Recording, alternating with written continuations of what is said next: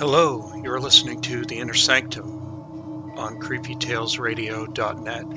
I hope you enjoy the episode.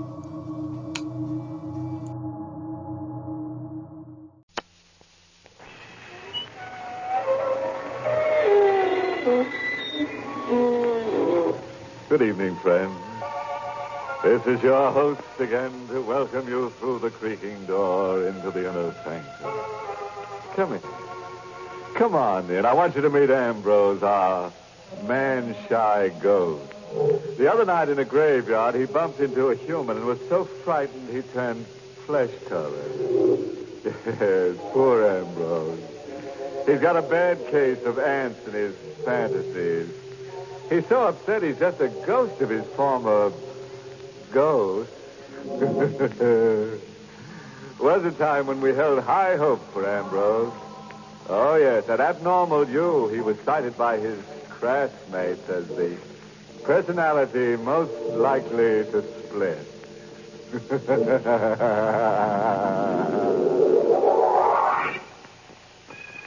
And now, let's visit Murder Mansion. For over 100 years, the old house has stood on the cliff, weathering the relentless ocean winds that have battered at its gray shingles. Now, in the living room, the real estate agent and the new buyer are completing the arrangements of sale. Only one thing bothers me, Mr. Griffin. That graveyard just outside the window there. Are you sure nothing can be done about it? I'm sorry, Mr. Burley. You know the conditions set down in the deed. The Crandall family burial ground must remain on the property untampered with. Those Crandalls must have been a morbid family, having themselves buried right next to the house they lived in. Yes, they were peculiar. I guess they figured it was a way of keeping the family together. You shouldn't laugh, Mr. Griffin. What? Well, what are you doing here? I hope I'm not too late. This is the gentleman who's planning to buy the house? Mr. Burley's already bought it. Oh, I'm sorry. Hey, look. What is this, Griffin? Who is this woman? I'm Emily Robbins. Mr. Burley, please, you must sell this house immediately to me. Sell it? That's ridiculous. I just bought it. Mr. Griffin never should have allowed you to. Now, see here, Mrs. Robbins. Just a minute, Griffin. I want to hear what she has to say. Well, all right, but you can see she isn't exactly accountable. You're bad, Mr. Griffin. You promised to sell the house to me, but you couldn't wait until I had the money, could you? I'm in the real estate business, not charity. Mrs. Robbins, I still want to hear why Griffin shouldn't have sold me this house. Because, Mr. Burley, a house isn't just a thing made of wood and stone and mortar. It's almost a living, breathing creature. It accepts and rejects people just the way we do. I was born a Crandall, and only a Crandall may live here. Anybody but a Crandall would be an enemy within its walls. You'd never spend a happy moment here. Oh, you see, Mr. Burley, I told you. She doesn't make sense. Please, Mr. Burley, for your own sake, sell it. Oh, you can't frighten me into a quick sale. No, I know I'll buy when I see it. My wife and I will be living here within a few days. I'm sorry, Mr. Burley, but I don't think you will. I don't think you will ever live here.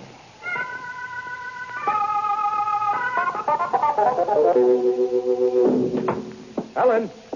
Oh, Helen! Mr. Burley? Yes, Ada. Where's Mrs. Burley? I want to tell her I got that house at my price. Oh, sir, you'd better go upstairs. The doctor's still there. Doctor? What's the matter? Oh, Mr. Burley, What is it, Ada? What is it? your wife is dead. What? She seemed so well after lunch. She was upstairs napping, and when she didn't come down at the usual time, I went up. I tried to wake her, but Helen dead? Oh, no, it can't be. It just can't be. I tried to get you everywhere. But she hadn't been sick. There's no reason she should die. Dr. Hirschman said the same thing. He said that... Oh. Hello? Is Mr. Burley there, please? Well, Mr. Burley can't come to the phone right now. Oh, it's all right, Ada. I'll take it. Yes, sir. Hello? Mr. Burley, this is Mrs. Robbins. Listen. I called to ask you if you've changed your mind about selling me the house.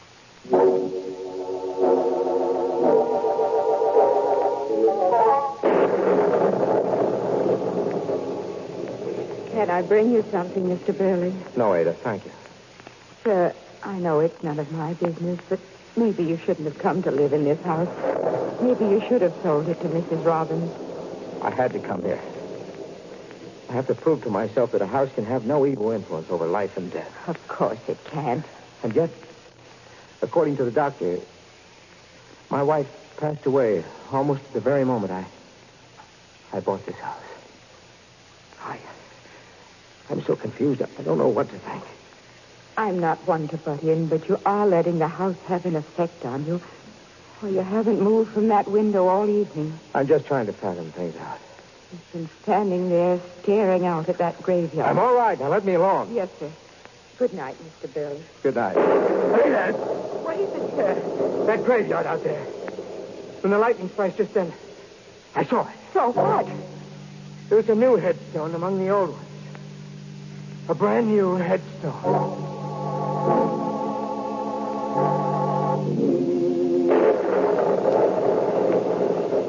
Mr. Griffin, how long ago was the last Crandall buried in the graveyard out there? The last one? Let's see.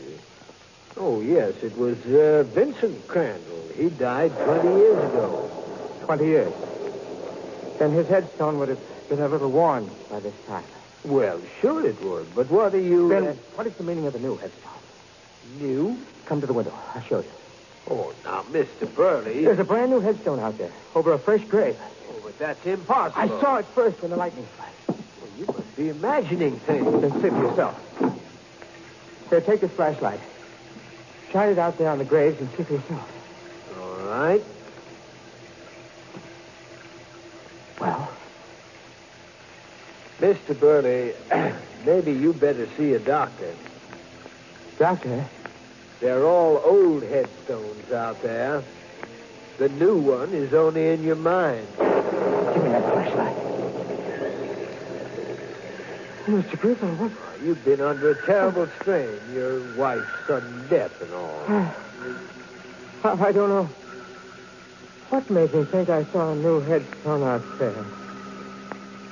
I want to sell this house. Right away. Well, you know, it takes a little time to arrange a sale. What about that Robbins woman? She'll buy it. She's been bothering me all along to sell it to her. Yeah, but Mrs. Robbins can't pay you a decent price. Well, I don't care. I'll take anything she offers. I want you to get in touch with her. All right, Mr. Burley, I'll call her in the morning. No. I can't wait until then. I want this house sold tonight.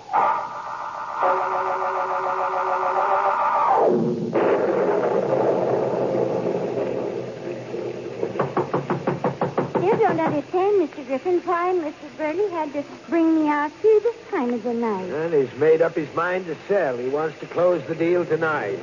You don't want me to have this house, do you? Look, Mrs. Robbins, I don't care who gets it, just as long as it's at a decent price. So you can get a higher commission. You're a very selfish man, Mr. Griffin. Not in business for love. Your wife did well to leave you. She was as crazy as you are. Why doesn't he answer the door? What's taking him so long? Mercy, what was that? Someone screaming. It came from... Say, the garage. There's a light in there. Come on. Whoever screamed must be in that garage. Well, we'll soon find out. But maybe it isn't safe for us to go in there. That's a chance I'm going to have to take. What? Ada. Mr. Griffin? Well, that was you who screamed, huh? Yes, Why? What happened? Mr. Burley. What is it, Ada? What about Mr. Burley? He's dead. What? He left the house an hour ago. I looked out of the window and noticed that the garage here was lit. I came out and I found him slumped over in the car dead. How dreadful. Well, this place is filled with carbon monoxide fumes. It wouldn't have happened. None of it. If he hadn't bought the house. Now, look, Mrs. Robbins, this is no time for that superstitious nonsense of yours. She's right, Mr. Griffin. It is nonsense. What do you mean, Ada? Here. Look. On the back seat of the car. Good Lord. A new headstone.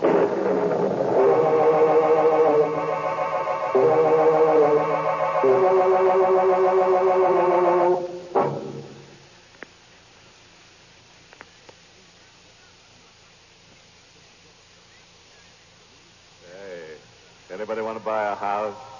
The Crandall place is a real buy. All you have to give for it is your life. Too bad about our friend Mr. Burley, huh? Thought he was getting a bargain basement, but instead he's ended up in a basement he didn't bargain for. Yes, he should have taken old Lady Robin's advice, which, in a phrase, was, one man's menage is another man's more. Well, now, let's get back to our mystical manor. A week has passed since Burley's death, and the real estate agent, Mr. Griffin, has found a new buyer. Here's your check, Mr. Griffin. Oh, thank you, Mr. Wagner. I consider this house a real buy. Well, you're the only person who's had any interest in it since Mr. Burley died. The place has gotten a bad name. Most people are superstitious, I guess. Wouldn't live here if you paid them. Superstition never bothered me. Mr. Griffin. Yeah? What are you looking at that way? That graveyard out there, I don't understand. Understand? What are you trying to say? There were always 10 graves out there, I'm sure. But now there's 11.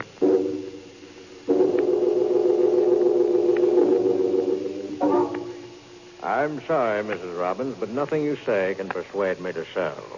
Please, Mr. Wagner, for your own sake, don't be stubborn. It may cost you your life. You know what happened to Mr. Burley and his wife. Well, I've always prided myself on being a jinx breaker. Oh, be sensible. That's a very silly reason to live here. Maybe I have another reason, too. What do you mean? Charles Burley was a very close friend of mine. Oh, I didn't know that. I told it to Mr. Griffin. Now I'm telling you. I knew Burley like a brother. Everything about him. Mrs. Robbins, he wasn't the type to commit suicide. Oh, but he didn't commit suicide. Oh, you seem to know a lot about it. I do. Then maybe you can tell me who killed him. I can. Who? This house is the killer. Now, look. Oh, it is, Mr. Wagner. I know. You don't believe me, do you? Of course not. Soon you'll find out that I'm telling the truth. That sounds like a threat. No, Mr. Wagner. I'm not threatening you. I'm just trying to help. I'm just giving you a chance to live. One more chance to sell me this house at my price. And if I refuse? If you don't sell it to me now, well, then I'll buy it after your death. I see. Well, Mrs. Robbins, there's nothing more we can talk about. I'm sure you know your way out. Good afternoon. Good day, Mr. Wagner. Hello, Mrs. Robbins. Oh, Ada, what are you doing here? Oh, didn't you know? I'm Mr. Wagner's new maid.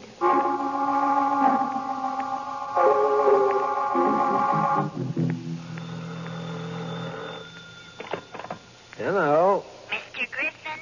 Yes? Come over here to the Crandall house right away. Mr. Wagner wants to see you. What, who is this? It's very important, Mr. Griffin. Come as quickly as you can. Yes, but who is this? Hello.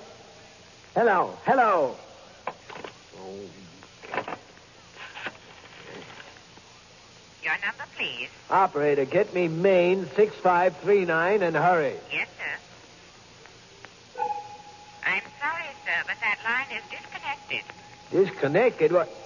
Well, that's impossible. I just spoke to someone at that number. Try them again. I'm sorry, sir, but I checked. There is no way I can get you the number.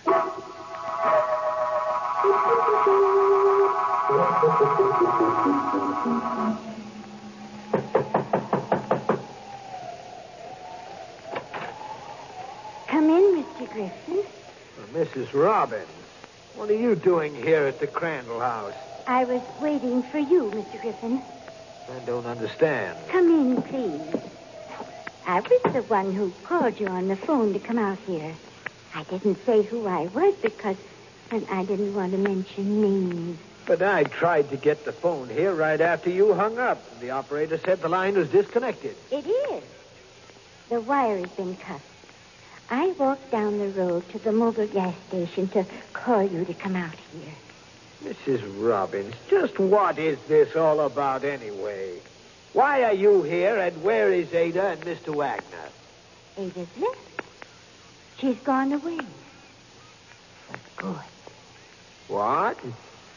On the hall table over there, a note from Ada to Mr. Wagner, explaining why she left. And what about Mr. Wagner himself? Where is he? In the dining room. Oh, wait, please don't go in there. Let me. He's dead. Mr. Wagner dead? When I came in, he was slumped over the table. When you came in, huh? What's the way you say that, Mr. Griffin? You make it sound like you think I killed poor Mr. Wagner. Well, what should I think? Oh, I wouldn't do a thing like that. Then suppose you tell me exactly what you're doing out here tonight. Well, it's like this, Mr. Griffin. I was home in bed, but I couldn't sleep. A strange feeling kept running through me that I should come out here and try to convince Mr. Wagner that he should sell the house before another day passed. Oh, a feeling, You can believe me. Oh, sure. When I arrived out here, the door was open and everything is just as you see it. What about the police? I didn't call them. Why not? Because I wanted to speak to you first. Speak to me with a murdered man in the next room? It wasn't murder. It was just the will of this house. And I want this house. You'd do anything to get it, wouldn't you? Yes. Anything. Even murder? Yeah. Mrs. Robbins, I'm driving down the road to make a phone call to the police.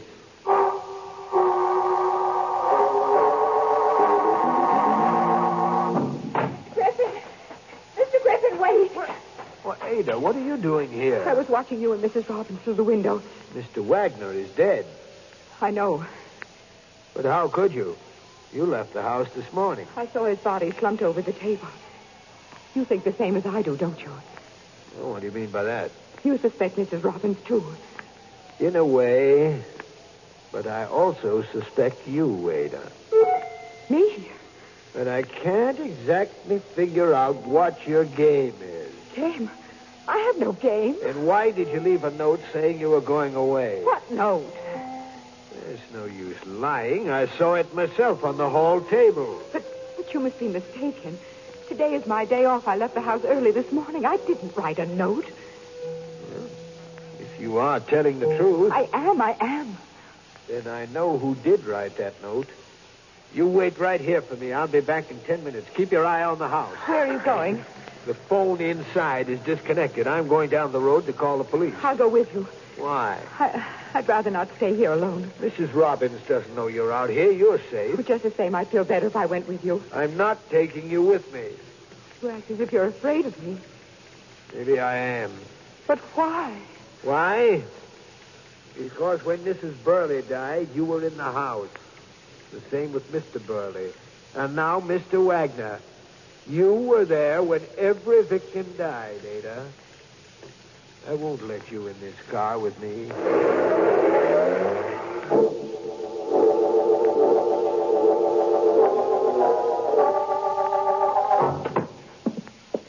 You called the police, Mr. Griffin? Yes, they're on the way out now. By the way, what are you doing here in this kitchen? Oh, I was just walking through the room, recalling the happy moments I spent here when I was young. You sure that's the only reason? Oh, yes. I thought maybe Ada had something to do with it. Ada? You know very well she's left. You saw her note. Ada didn't write that note. What?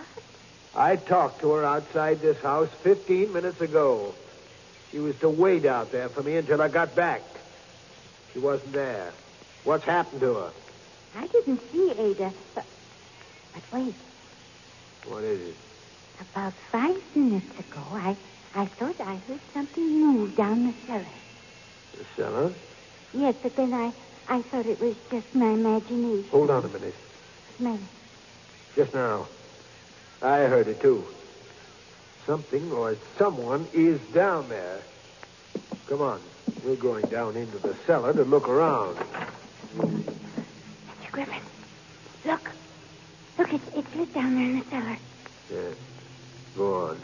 You're going first so I can keep my eye on you. Mr. Griffin. What is it?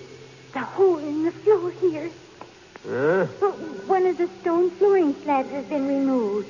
There's an old well down there. I remember it was sealed up when I was a little girl. Yes.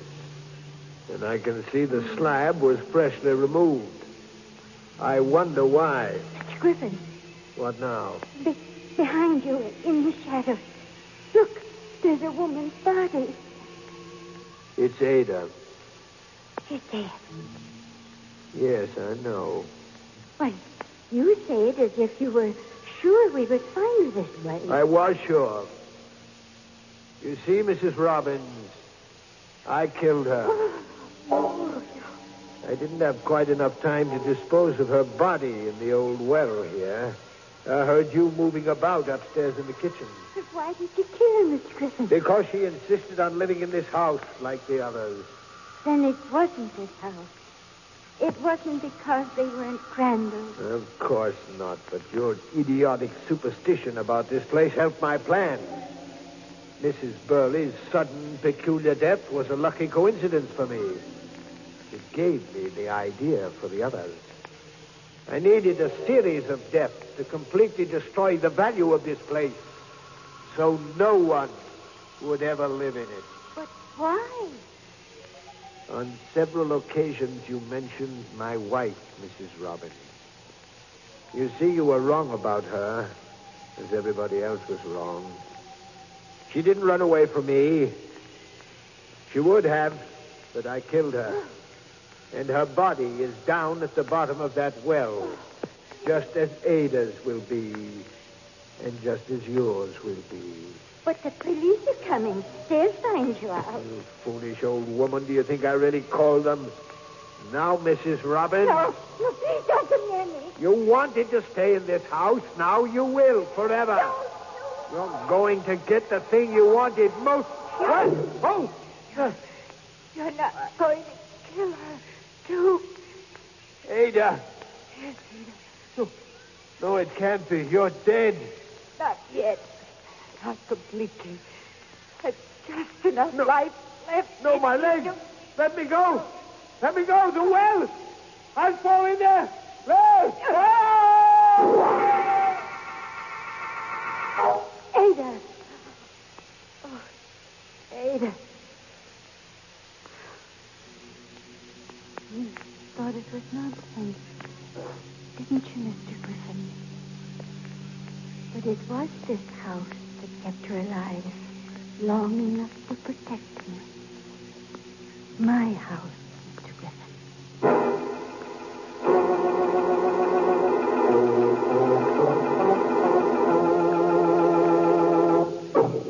Well, as they say, all's well that ends in a well. Say, folks, what about that Griffin character? Just goes to show how a property agent can sink to such an unreal estate. Yes, sir, that's what I call tripping over your own plot. Now, Mrs. Robbins will never be lonely. No, when things get dull, she can always step outside the house and dig up a relative or two.